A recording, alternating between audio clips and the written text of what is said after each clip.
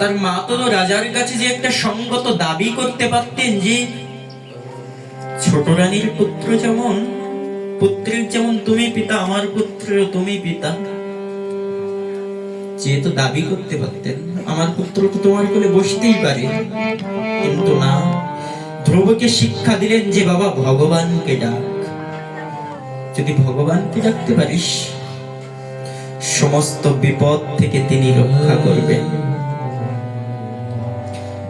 আমাদের জগৎ সংসারে যদি এমন ভাবে ওই অল্প বয়স থেকে যদি সন্তানদেরকে শিক্ষা দেওয়া যেত যে বাবা ভগবানকে ডাক, যদি এই শিক্ষাটুকু সমস্ত সন্তানদেরকে দেওয়া যেত তাহলে সন্তানেরা আর বিপথে যেত না। যদি ধর্মের অনুশীলন ধরে যদি তারা আজ বড় হতো তাহলে সন্তানেরা বিপদে যেত না। জন্ম ঈশ্বর্যম স্রোত বিরেদ যত মান অপমান, নহির বাক্তা ধাতুম বৈতান অকিঞ্চন বচন। এই জগতে যারা উচ্চ কুলে জন্মগ্রহণ করে, এই জগতে যারা উচ্চ শিক্ষায় শিক্ষিত হয়, তারা সহজে ভগবানকে চিনতে পারে না, তারা সহজে ভগবানকে জানতে পারে না। ভগবানের আরেক নাম হচ্ছে অকিঞ্চন বচন। ভগবানের আরেক নাম যে নিঃসম্বলের সম্বল, ভগবানের আরেক নাম যে ভাব অগ্রাহী জনার্দন, এটা সহজে বুঝতে পারে না।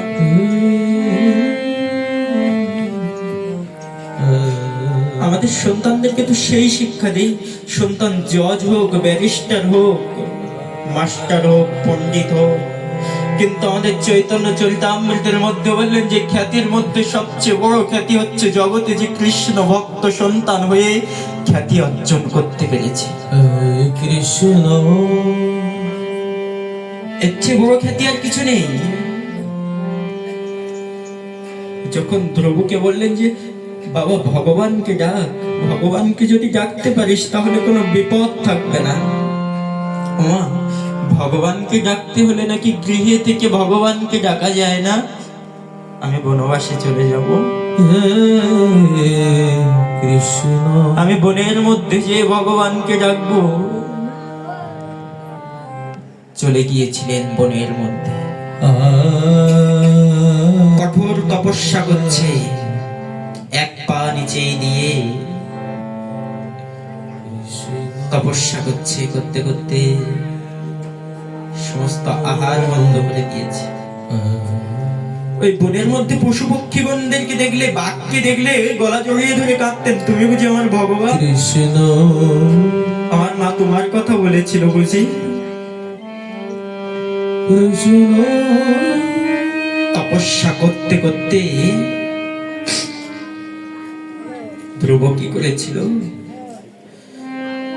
আহার পরিত্যাগ করে দিয়েছে। 3 দিন একদিন ভোজন করে, 6 দিনে একদিন ভোজন করে, 9 দিনে একদিন ভোজন করে, এভাবে একদিন ভোজন করাই পরিত্যাগ করে দিয়েছিল। কিচ্ছু গ্রহণ করে না, কিছুই গ্রহণ করে না, অনাহারে ভগবানকে ডাকছে, ভগবান দেখা দাও, দেখা দাও।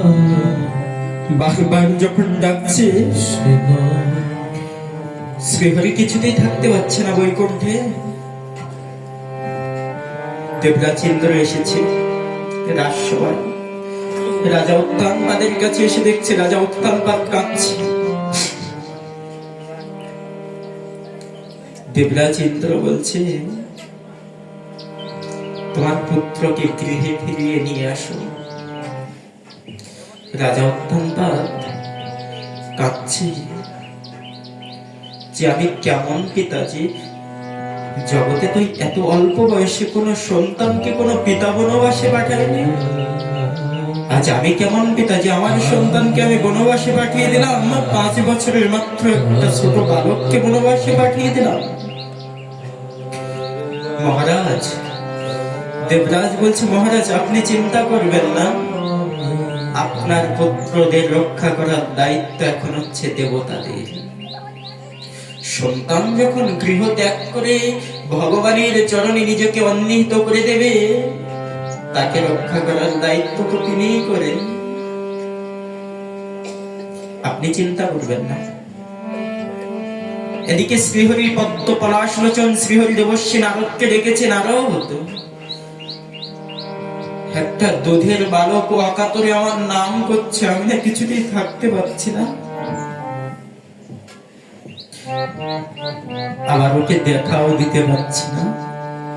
কেন না? ওর এখনো দীক্ষা হয়নি। যাও, ওকে দীক্ষা দান করো। দেবশ্রী নারদ গিয়েছে ধ্রুবের কাছে। বালক, কে তুমি? এত অল্প বয়সে ভগবানের নাম করছো? আপনি কে গো? আমি হচ্ছে দেবশ্রী নারদ। তুমি যে ভগবানের নাম করছো, এত অল্প বয়সে কেউ ভগবানকে পায় না গো। ভগবানকে পাবো না আমি? তবে আপনি তো দেবশ্রী নারদ, আপনি সাধনা ভগবানের প্রিয়জন না। আপনি যদি ভগবানের দর্শন না পাবো, তাহলে তোমার মতো সাধুর দর্শন পেলাম কেন? আমার মন বলছে আমি ভগবানকে পাবো। যদি ভগবানকে না পাবো, তাহলে তোমার মতো সাধুর দর্শন পেতাম না। দেবশ্রী নারদ বুঝতে পারলেন যে এই সন্তান গৃহের মধ্যে যাবে না। ওকে ডাকলে না, ডেকে কর্ণ কুহরটা টেনে এনে ওকে একটা বীজ মন্ত্র প্রদান করেছিলেন। ওম নমো ভগবতে বাসুদেবায়। এই মন্ত্রের সাধন করতে থাকো, তোমাকে একদিন ভগবান দর্শন দেবে। গুরুদেবের দেওয়া মন্ত্র নিয়ে জপ করতে থাকলেন। একদিন সেই পদ্ম পলাশ লোচন শ্রীহরি ধ্রুবের সম্মুখে উপস্থিত হয়েছে। যখন ধ্রুবের সম্মুখে উপস্থিত হয়েছে, ধ্রুব বলছে, প্রভু, তোমাকে কিভাবে প্রণাম করতে হয় তাও তো আমি জানি না।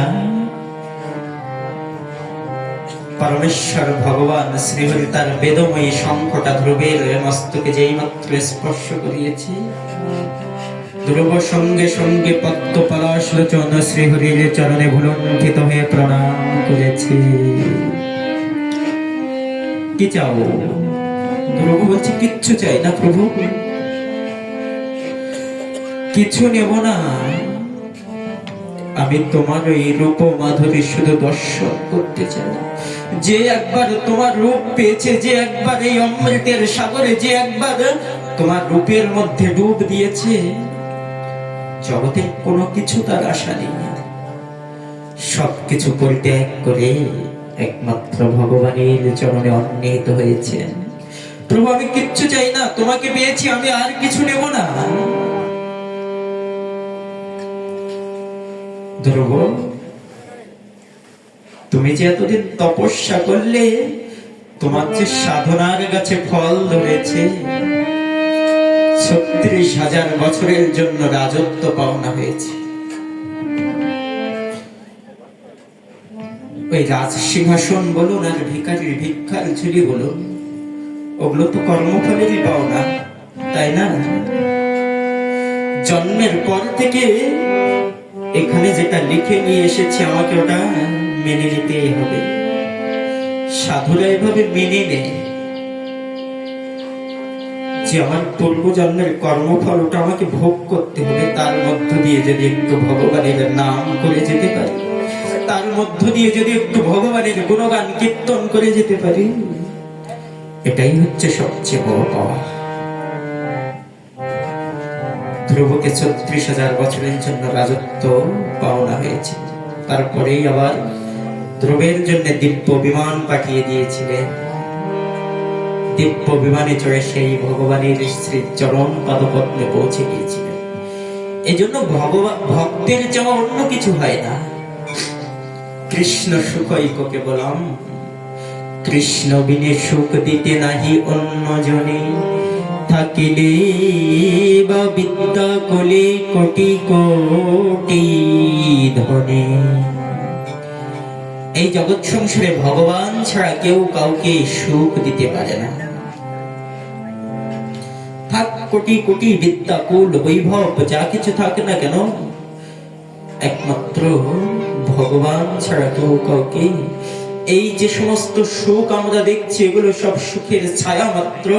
এই জগতে পুত্র পরিজন বন্ধু বান্ধব আত্মীয় স্বজন এদের সাথে সম্বন্ধ আমাদের ভাগবত বললেন, পুত্র দারাপ্ত বন্ধু নাম সঙ্গম পান্থ সঙ্গম অনুদিহং বিষয়ন্তাতে স্বপ্নে নিদ্রায় অনুগা যথা। এই যে পুত্র পরিজন বন্ধু বান্ধব আত্মীয় স্বজন এদের সাথে সম্বন্ধ কি জানো? এদের সাথে তোমার সম্বন্ধ হচ্ছে রাত্রে ঘুমিয়ে ঘুমিয়ে স্বপ্ন দেখার মতো সম্বন্ধ। মনে করুন কোন দূরদেশে যাচ্ছি, যেতে যেতে আমরা যাত্রী শ্রেণীতে বসি। কেন বসি না, গাড়ি আসার অপেক্ষায় আমরা যাত্রী শ্রেণীতে বসি। কিছু অপরিচিত মানুষদের সাথে আমাদের পরিচয় লাভ হয়। এই পরিচয়টা কতক্ষণ থাকে? যতক্ষণ পর্যন্ত গাড়ি না আসবে ততক্ষণ পর্যন্ত এই পরিচয়টা থাকে। তার সাথে একটা সম্বন্ধ গড়ে ওঠে, একটা বন্ধুত্ব গড়ে ওঠে। এই সম্বন্ধটা চিরদিনের জন্য থাকে না। যখন গাড়ি আসে, যার ঠিকানায় সে চিরদিনের জন্য চলে যায়, তার সাথে আর কোনোদিনের জন্য দেখা নাও হতে পারে। এই জগৎ সংসারে সংসার রূপ গাড়িতে আমরা এক একজন যাত্রী হয়ে বসে আছি। যেদিন বলো হরি হরি বল বলতে বলতে ওই হরি বলের গাড়ি আসবে, ওই শ্মশানের চেতায় জ্বালিয়ে ছাই ভস্য করে দিয়ে একটা কলসি ভেঙে দিয়ে বলবে, ওদিকে আর ফিরে তাকাবে না। এইগুলো আমাদের সম্বন্ধ। যদি সম্বন্ধ করতে হয়, মহাজনেরা করেছে। ভগবানের সাথে সম্বন্ধ করুন। এই জগতের ভালোবাসা চিরস্থায়ী নয়। যতদিন এই জগৎকে আপনি দিতে পারবেন ততদিন আপনাকে ভালোবাসবে। বিশ্বদেব যখন সরসজ্জায় ছিলেন, ভগবানের কাছে চাচ্ছেন যে প্রভু আমি তো এই জগৎ ছেড়ে বিদায় নেব, তবে কেমন ভাবে যাব জানো? তোমার ওই রূপ মাধুরী দর্শন করতে করতে আমি এই জগৎ থেকে বিদায় নিতে চাই। বিশ্বদেব ভগবানের চরণে আত্মি করলেন। ত্রিভুবনং কমলং তমলবন্নং রবিকৌর গৌর বলয়ম্বর দধানি গোকুলার বকুলার প্রেতলারঞ্চ বিয়ন মধ্যে পার্থ সখীর তীর মর্মস্তু।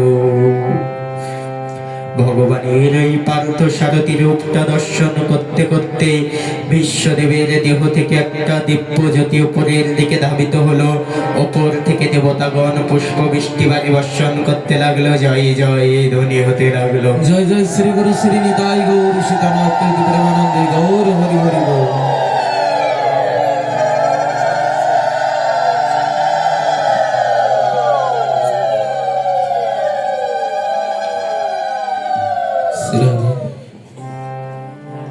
আর কে চেয়েছিল? হরিদাস ঠাকুর চেয়েছিল মহাপ্রভুর কাছে। হরিদাস ঠাকুর যখন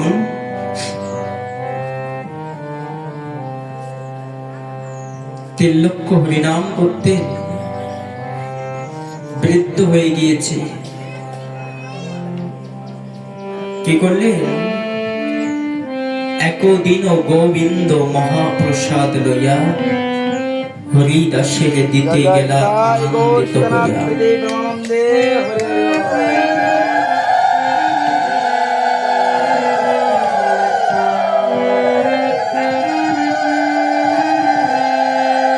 দেখেন হরিদাস ঠাকুর আমার করিয়াছেন স্বয়ং, মন্দ মন্দ করিতেছেন শঙ্খ সংকীর্তন।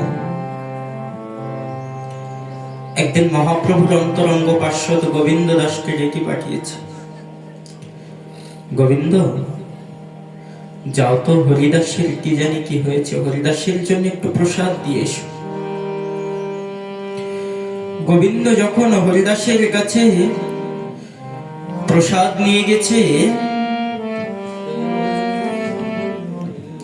হরিদাস কিছুতেই প্রসাদ গ্রহণ করছে না। হরিদাস ওই প্রসাদের যাতে অবমাননা না হয়, ওই প্রসাদটাকে এক রঞ্জু ভক্ষণ করে প্রসাদের যাতে অবমাননা না হয়, প্রসাদটা ফিরিয়ে দিলেন। যখন ফিরিয়ে দিলেন, গোবিন্দ দাস মহাপ্রভুর কাছে যেয়ে বলছে যে প্রভু, হরিদাসের কি জানি কি হয়েছে, হরিদাস কিছুতেই প্রসাদ গ্রহণ করছে না। যখন বললেন, তখন মহাপ্রভু ছুটতে ছুটতে হরিদাসের কাছে গিয়েছে। হরিদাস, তোমার কি হয়েছে? প্রভু, শরীর সুস্থ, মন অসুস্থ, বুদ্ধি মন। আমার এই শরীরটা সুস্থ আছে, তবে আমি মনে মনে সংকল্প করেছি যে প্রতিনিয়ত 3 লক্ষ করে হরিনাম জপ করব। আমার এই নাম কিছুতেই আমি পূর্ণ করতে পারছি। হরিদাস, তুমি এই বৃদ্ধ বয়সে সিদ্ধি কেন এত আগ্রহ ধরো? তোমার তো কেউ নেই, তা সত্ত্বেও আমার নাম করো।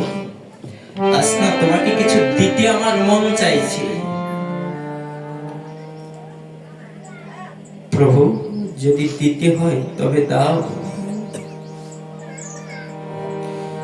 এক বাঞ্ছা হয় মোর বহুদিন হইতে, লীলা সম্বরিবে তুমি লয় মোর চিত্তে। সেই লীলা কভু মরে নাহি দেখাইবা, আপনার আগে মোর শরীর পাড়িবা।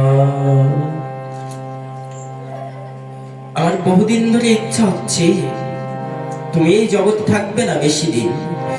এক বাঞ্ছা হয় মোর বহুদিন হইতে, লীলা সম্বরিবে তুমি লয় মোর চিত্তে। তুমি যে লীলা সম্বরণ করবে, এটা আমার মনের মধ্যে বারবার উঠে দিচ্ছে।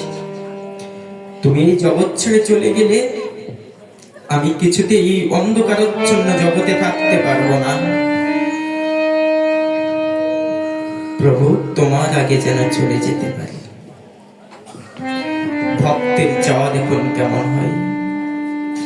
এমন ভাবে আরো চেয়েছিলেন। পরে দাদাজি আছেন, বাকিটুকু আস্বাদন দেবেন। এখানেই পাঠ বিশ্রাম।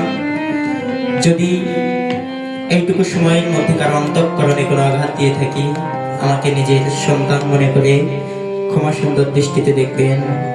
বাঞ্ছাকল্পতরুভ্যশ্চ কৃপা সিন্ধুভ্যৈব চ পতিতানাং পাবনেভ্যো বৈষ্ণবেভ্যো নমো নমো।